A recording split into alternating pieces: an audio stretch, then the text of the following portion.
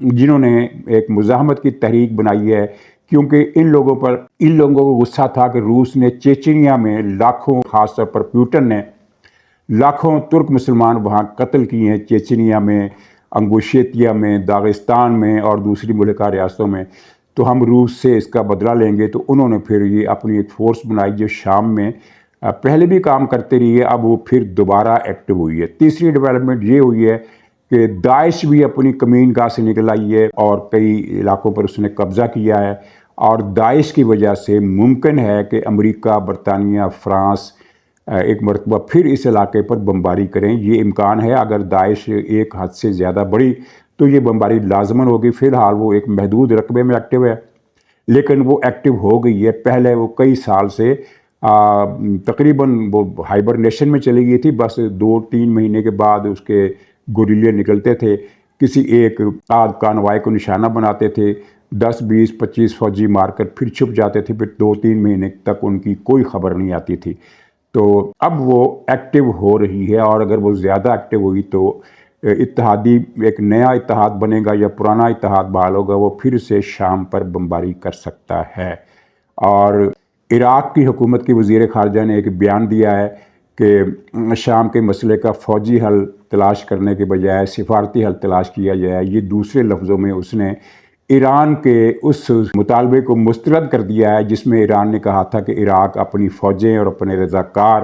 شام بھیجے تاکہ بشار الاسد کی حکومت کو بچایا جا سکے۔ تو ناظرین اجازت دیجیے، انشاءاللہ تعالی اگلے ولاگ میں پھر ملاقات ہوگی، تب تک کے لیے خدا حافظ۔